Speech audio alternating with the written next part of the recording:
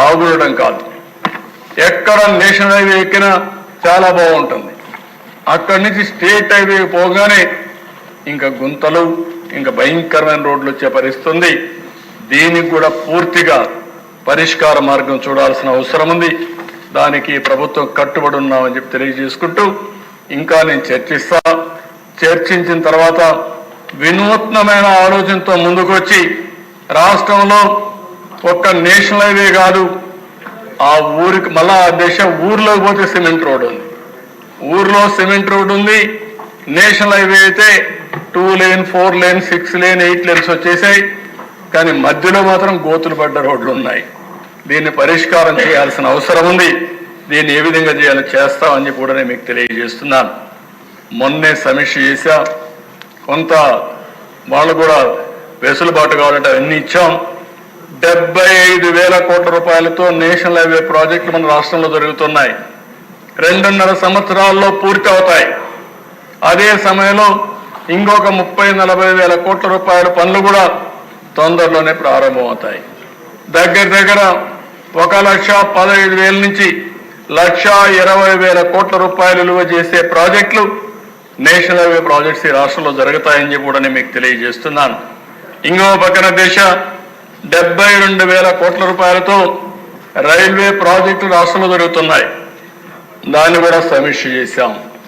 Railway stations ఆధునీకరణ కానీ, ఎక్కడైనా మనకుంటే ఫ్లైఓవర్స్ కానీ, అండర్ పాస్లు కానీ, ఇంకో కొత్త రైల్వే లైన్ కానీ, ఇవన్నీ కూడా శ్రీకారం చుడుతున్నాం. మొన్నే మీరు చూస్తే అమరావతి రైల్వే లైన్ కూడా కేంద్రం సహకరించారు. దానికి కూడా వారికి మనస్ఫూర్తిగా అభినందనలు తెలియజేస్తున్నానని మీ ద్వారా తెలియజేస్తున్నాను. దేశం ఇది కాకుండా ఈరోజు ఎన్డీఏ కూటమి జాబ్ ఫస్ట్, ఉద్యోగ కల్పన మా విధానం అని చెప్పి చాలా స్పష్టంగా చెప్పాం. అందుకే ఈ ప్రభుత్వం వచ్చిన మొదటి సంతకం మెగా డిఎస్సి 16,347కు సంతకం పెట్టాం. ఇంటర్వ్యూలు కూడా పిలవడానికి సిద్ధంగా ఉన్నాం.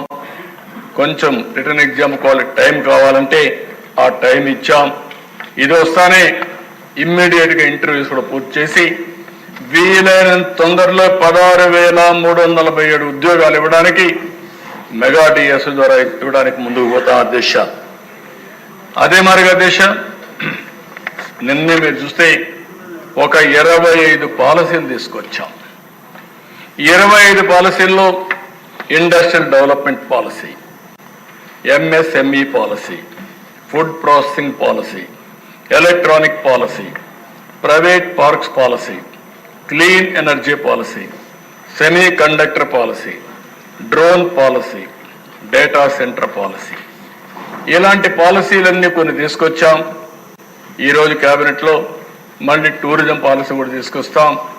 మొట్టమొదటిసారిగా టూరిజానికి ఇండస్ట్రీ స్టేటస్ ఇచ్చి రాబోయే రోజుల్లో ఎక్కువ ఉపాధి కల్పన టూరిజం ద్వారా జరుగుతుంది. దీనికి శ్రీకారం చుడుతున్నామని చెప్పి కూడా నేను మీకు తెలియజేస్తున్నాను.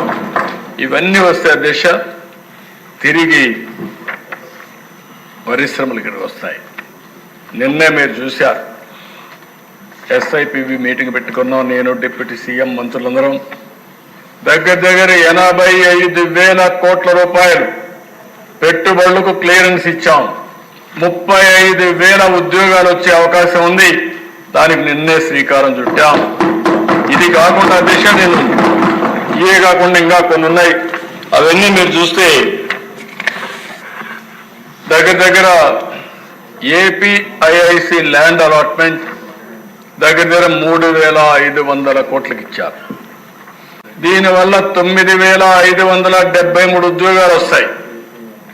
నిన్న మేము చేసింది ఎస్ఐపిబి ఇన్వెస్ట్మెంట్లు 85,000 కోట్లకు చేశాం.